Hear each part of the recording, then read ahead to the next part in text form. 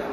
So main stroke patients வந்து daily activity வந்து improve பண்றதுக்காண்டி இந்த rehab program. அடுத்தது இப்போ பார்த்ததுல பார்த்தா methods. So என்ன methodsல பார்த்தோம்? Neurological, cardiac, drug, medical, and stroke rehab.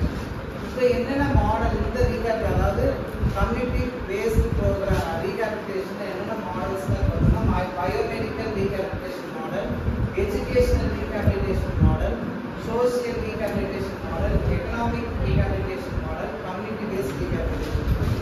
So first பார்த்தோம்னா biomedical rehabilitation model பார்த்தோம்னா so இந்த மாடல் எப்போ வந்துச்சுன்னா so first world war.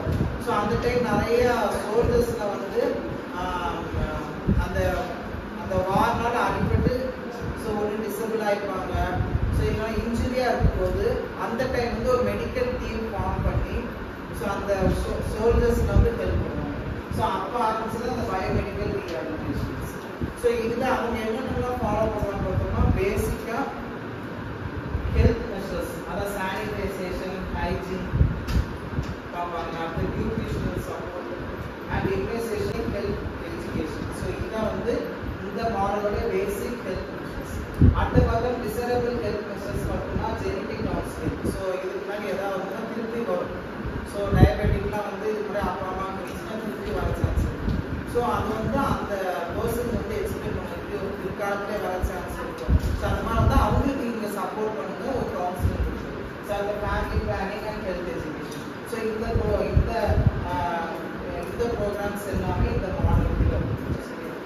அடுத்தது பார்த்தோம்னா எஜுகேஷனல் ரீஹாபிலிட்டேஷன் மாடல்.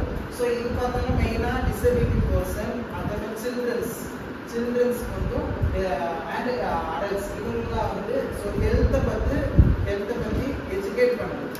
ஸோ சொல்ல இந்த மாதிரிலாம் இருக்கும், நீங்கள் இந்த மாதிரிலாம் நீங்கள் இருந்துக்கணும். ஸோ அந்த நம்ம டயட் ப்ரோக்ராம், அப்புறம் இம்யூனைசேஷன் ப்ரோக்ராம், இந்த ஷெட்யூல் வந்து அவங்களுக்கு நம்ம கரெக்டாக சொல்லணும்.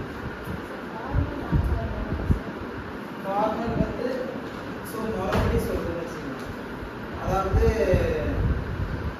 ரெஃபரன்ஸ் வச்சு நம்ம ஒரு புக்கை வச்சு ஸோ இந்த மாதிரிலாம் இந்த ப்ரோக்ராம் சொல்லியிருக்காங்க. நான் ஃபார்மல்னா நம்ம வரைக்கும் பழைய காலத்தில் பாட்டி தாத்தா சொல்லுவாங்க. அந்த இதுதான்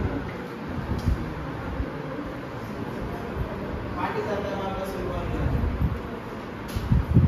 பாட்டி நிறைய அந்த காலத்தில் அந்த மாதிரி அப்போ வந்து நான் ஃபார்மல் வந்து நம்ம இப்போ ரெஃபரன்ஸ் எடுத்து இந்த ஆர்டிகிள் இந்த மாதிரி சொல்லியிருக்காங்க. அடுத்து பார்த்தோம்னா சோஷியல் ரீஹாபிலிட்டேஷன் மாடல். ஸோ இதில் பார்த்தோம்னா ரெண்டு அப்ரோச் இருக்கு. So first social development approach and social service approach.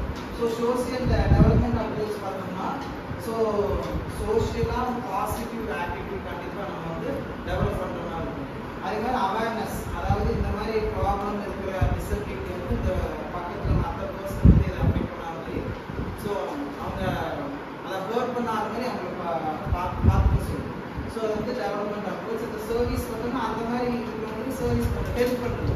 So முடிஞ்சளவு அதான் கண்ணு தெரியாத அவங்க வந்து ரோடு கிராஸ் பண்ணிடுவோம். ஸோ இந்த இதெல்லாம் வந்து இந்த சோஷியல் ரீஹாபிலிட்டேஷன் மாடல் கீழே வரும். அடுத்த எக்கனாமிக் ரீஹாபிலிட்டேஷன் மாடல். ஸோ இது பார்த்தோம்னா லைக் அந்த ஒகேஷனல் ட்ரைனிங் மாதிரி தான். நம்ம ஒகேஷனல் ரீஹாபிலிட்டேஷன் பார்த்தோம்னா அதே மாதிரி தான்.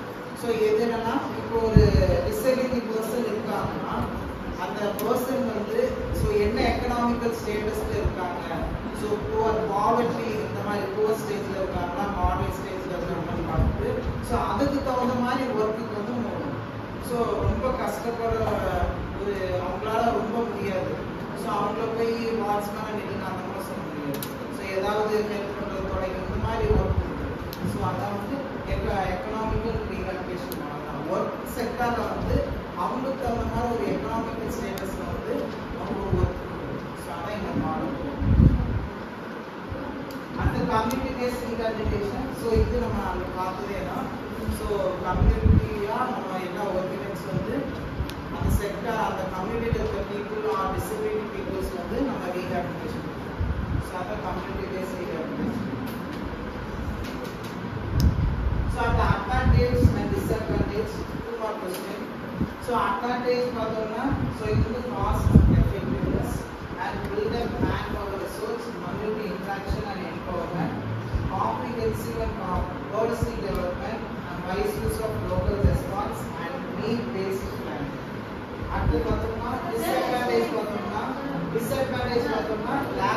specialization training, difficulty with evaluation, problems in pricing, decentralization, limitation of local resource, and lack of cooperation in the coordination.